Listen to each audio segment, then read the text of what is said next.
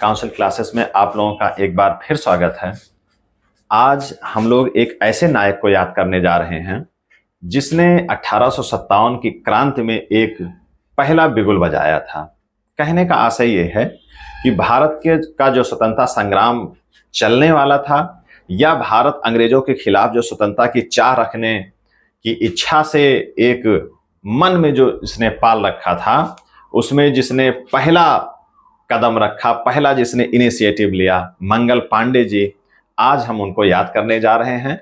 उनके बारे में थोड़ा सा जानेंगे। उसका कारण है कि 8 अप्रैल अभी जल्द में ही उनकी पुण्यतिथि थी। 8 अप्रैल 1857 को मंगल पांडे जी शहीद हुए थे। तो उनको याद करते हुए, उनके बारे में थोड़ी सी जानकारी रखते हुए आज हम उनको श्रद्धांजलि देंगे। और हमने महापुरुषों की एक सीरीज भी चला रखी है कि ऐसे महानायक, ऐसे महापुरुष जो भारत की आजादी के लिए लड़े या भारत के लिए लड़े, भारत का नाम रोशन किया या भारत की जो संस्कृति है, भारत का जो समाज है, उसके लिए उन्होंने महती भूमिका निभाई। उनको याद करते हुए उनके जन्म दिवस पर, उनकी पुण्यतिथि पर हम उनके बारे में 10 मिनट 20 मिनट खर्च करते हुए अपना बेशकीमती, जैसा कि लोगों को लगता है कि 10-20 मिनट महापुरुषों के लिए, महानायकों के लिए नहीं निकाल पाते हैं, ऐसा होना नहीं चाहिए।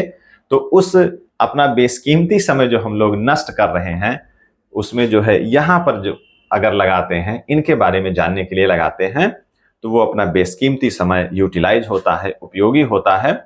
तो आज हम मंगल पांडे जी के बारे में जानेंगे। आजादी के प्रथम महानायक, प्रथम नायक मंगल पांडे।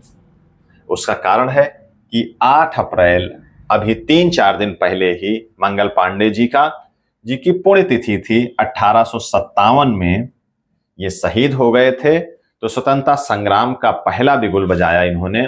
कहने का उद्देश्य ये है कि जो एक तैयारी होती है, चाहे युद्ध हो, चाहे कोई योजना हो, चाहे बहुत बड़ा संग्राम हो, जो कुछ है, जो फर्स्ट इनिशिएटिव लेता है, जो पहला कदम रखता है, उसे याद किया जाता है। और उसको याद किए जाने का कारण रहता है कि वही पहला ही कदम नहीं उठ पाता है। योजनाएं बहुत रहती हैं, लेकिन सबसे पहले शुरुआत कहां से हो, कौन शुरू करे, कौन आगे आए। तो भारत की आजादी में सबसे पहले झंडा और डंडा लेकर के, हथियार लेकर के सबसे पहले उतरने वाले महानायक मंगल पांडे हैं। उनके बारे में हम लोग थोड़ा सा जानकारी करते हैं, उनको याद करते हैं, उनको श्रद्धांजलि देते हैं। और जो मुख्य हम लोग काम करते रहते हैं, जैसे कि काउंसिल क्लासेस में हम लोग ये जो सीरीज अलग से चलाते हैं विशेष समसामयिक मुद्दों पर, या महापुरुषों के बारे में, महापुरुषों को जानो, इनकी जो सीरीज चल रही है, उसके साथ हम लोगों का मुख्य जो कार्यक्रम रहता है सामान्य अध्ययन या प्रतियोगी परीक्षाओं में जो प्रश्न आते हैं, उनकी जानकारी, उनके बारे में हम लोग अध्ययन करते रहते हैं।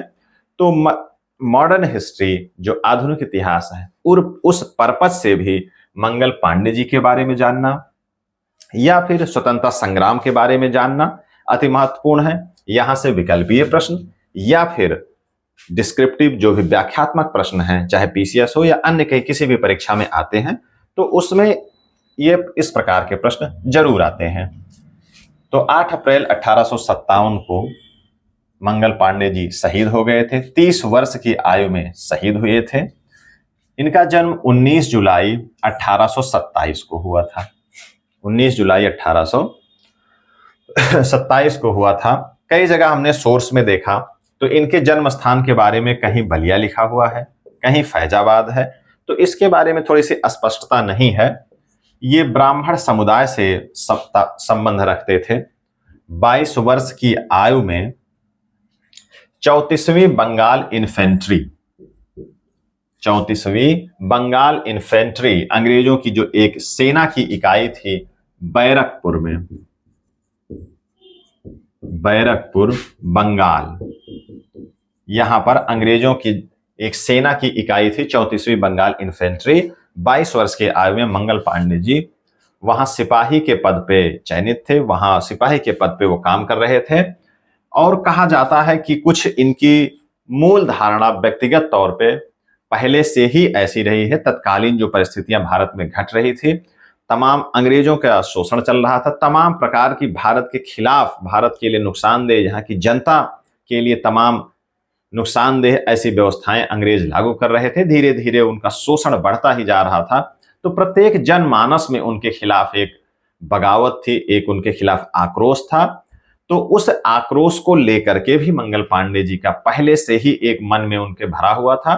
बाकी जो तत्कालीन परिस्थिति बताई जाती है, उनके विद्रोह का जो कारण बताया जाता है कि इस तारीख को ही विद्रोह क्यों हुआ, इस तारीख को अंग्रेजों के खिलाफ जो है बिगुल कैसे बज गया, उसमें यह बताया जाता है। कई इतिहासकार हैं, उनका एक अलग अलग मत है।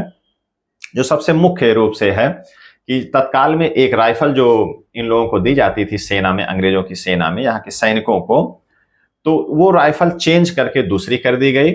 और उस राइफल में जो कारतूस भरे जाते थे, वो कारतूस जो है बारूद की एक डिब्बी, एक पैकेट टाइप में रहता था, और उसको बंदूक में दांत से काट करके उस पैकेट को बंदूक में डाल करके चलाया जाता था। तो कहा यह जाता है कि जो पैकेट बना हुआ था वो सुअर और गाय की चर्बी से बना रहता था। तो इसको लेकर के अफवाह उड़ी। अगर सच्चाई है तो इसको लेकर के एक मामला चला, विवाद हुआ, बात हुई, विद्रोह हुआ इसी को मामले को लेकर के। और हिंदू और मुस्लिम दोनों इस प्रक्रिया से नाराज हुए। इस व्यवस्था को लेकर के हिंदू और मुस्लिम दोनों नाराज हुए, क्योंकि वो सुअर और गाय की चर्बी से बनी हुई थी।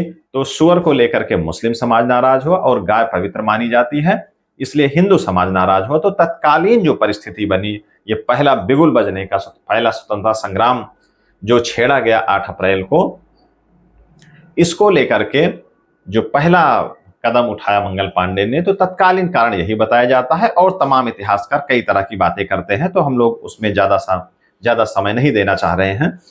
तो देखते हैं हम लोग कि ये मामला हुआ विद्रोह करने का। तो हुआ क्या इसमें कि 29 मार्च को इस 34वीं बंगाल इन्फेंट्री में मंगल पांडे ने वहां उस रेजिमेंट के अफसर, बाघ उनका नाम था, उस पर उन्होंने हमला कर दिया और उनको घायल कर दिया। और कई अफसर जो वहां सैनिक थे उनको भी घायल किया गया।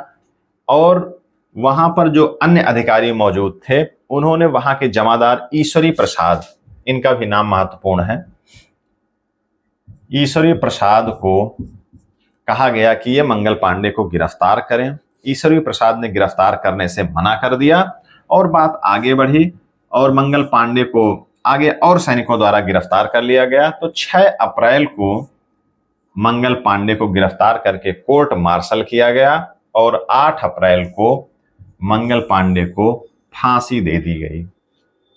8 अप्रैल को मंगल पांडे जी को फांसी दे दी गई। चूंकि मामला ज्यादा गंभीर था, इनकी तारीख, जो फांसी देने की जो तारीख थी, वो 18 अप्रैल निर्धारित थी।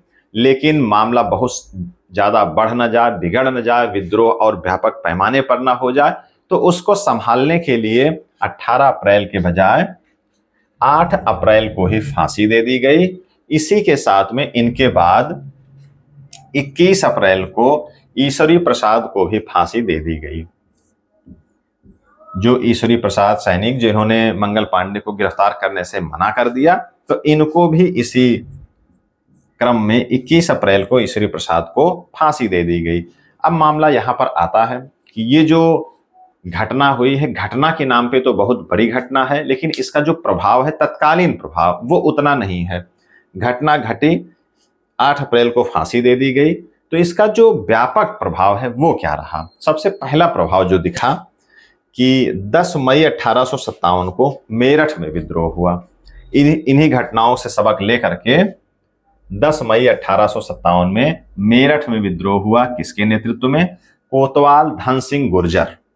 कोतवाल धन सिंह गुर्जर के नेतृत्व में वहां पर विद्रोह कर दिया गया, और बताया गया कि इन्हीं घटनाओं से जुड़ा हुआ मामला है। इसी घटना से प्रेरित होकर के, मंगल पांडे जी से प्रेरित होकर के अन्य आगे की घटनाएं हुई। और इसी के साथ 1857 में जो मुख्य रूप से विद्रोह पढ़ा जाता है, 1857 का स्वतंत्रता संग्राम, क्रमबद्ध ढंग से हर एक शहरों में तमाम नेतृत्वकर्ताओं के नेतृत्व में, चाहे लखनऊ हो, बलिया हो, कानपुर हो, इलाहाबाद हो, तमाम जगह हर एक क्षेत्रों में 1857 की क्रांति संपादित की गई। और उसमें जो सबसे पहले मशाल जलाने का काम किया वो मंगल पांडे जी ने किया। वहां से प्रेरित होकर के वहीं से शुरुआत हुई। तो इसलिए, और ऐसी शुरुआत हुई कि वो धीरे धीरे वो जो चिंगारी इन्होंने जलाई थी 1857 में, 29 मार्च को वो चिंगारी 8 अप्रैल को बुझी नहीं, बल्कि वो व्यापक पैमाने पर आग वो बढ़ती गई और उसकी चपेट में पूरा देश आ गया। और एक बार तो ऐसा लगा कि यही वो तारीख है, यही वो वर्ष है 1857 का, कि अब भारत से अंग्रेजों का बोरिया बिस्तर बंध जाएगा। हालांकि आशानुरूप उसमें सफलता नहीं मिल पाई, लेकिन वहीं से आजादी का व्यापक आंदोलन, जनमानस में जो एक इसकी छाप पड़ी, एक मन बना कि हाँ ये संभव है, अंग्रेजों से आजादी मिल सकती है। इस वजह से ये छोटी सी चिंगारी मन मस्तिष्क पर, यहाँ की जनता के मन मस्तिष्क पर और यहाँ का जो शासन चल रहा था अंग्रेजों का, उनके मन मस्तिष्क में ये बात आ गई कि अब यहाँ पर शासन आसान नहीं है। तो ये छोटा सा जो काम देखने में लग रहा मंगल पांडे जी ने किया है, ये बहुत बड़ा काम किया। इस सबसे पहले जिसने मशाल जलाई, सबसे पहले जो चिंगारी जिसने जलाई और जो स्वतंत्रता का सबसे पहले बिगुल जिसने बजाया, इसलिए मंगल पांडे जी को 8 अप्रैल जिनकी पुण्यतिथि है, उस पुण्यतिथि पर हम उनको याद करते हुए, उनको श्रद्धांजलि देते हुए उनको याद करेंगे, याद कर रहे हैं। और हम आते हैं अपने मूल टॉपिक पे, सामान्य अध्ययन में इनका क्या रोल है, इस पे किस प्रकार से प्रश्न आते हैं। तो आपने कई बार देखा होगा भारतीय स्वतंत्रता संग्राम, जिसको प्रथम स्वतंत्रता संग्राम, और कई इतिहास इसको सिपाही विद्रोह, अंग्रेज इतिहास इसको सिपाही विद्रोह कहते हैं, कोई स्वतंत्रता संग्राम कहता है, कोई आधा आधा करके बताता है। तो इस तरीके से इस टॉपिक से इनसे कई बार प्रश्न पूछा गया है। तो और सारी जानकारी इससे जोड़ करके मॉडर्न हिस्ट्री से, जो आधुनिक इतिहास से हम लोग पढ़ते हैं, तो उसको तो पढ़ते रहेंगे, लेकिन एक महत्वपूर्ण टॉपिक के रूप में हम लोगों ने यहाँ पर मंगल पांडे जी को देखा और उनका जो कार्य था उनके बारे में एक जानकारी, जो थोड़ी सी आधी अधूरी जानकारी रह जाती है, हमने 10 मिनट 5 मिनट के वीडियो में उनके बारे में श्रद्धांजलि देते हुए एक पूरी जानकारी अर्जित की है। और इस वीडियो को आप स्वयं भी देखें, और ऐसे लोग जो नहीं जानते हैं इनके बारे में, या जो राष्ट्रीय आंदोलन के बारे में कम जानकारी रखते हैं, उनको आप ये वीडियो जरूर से जरूर शेयर करें।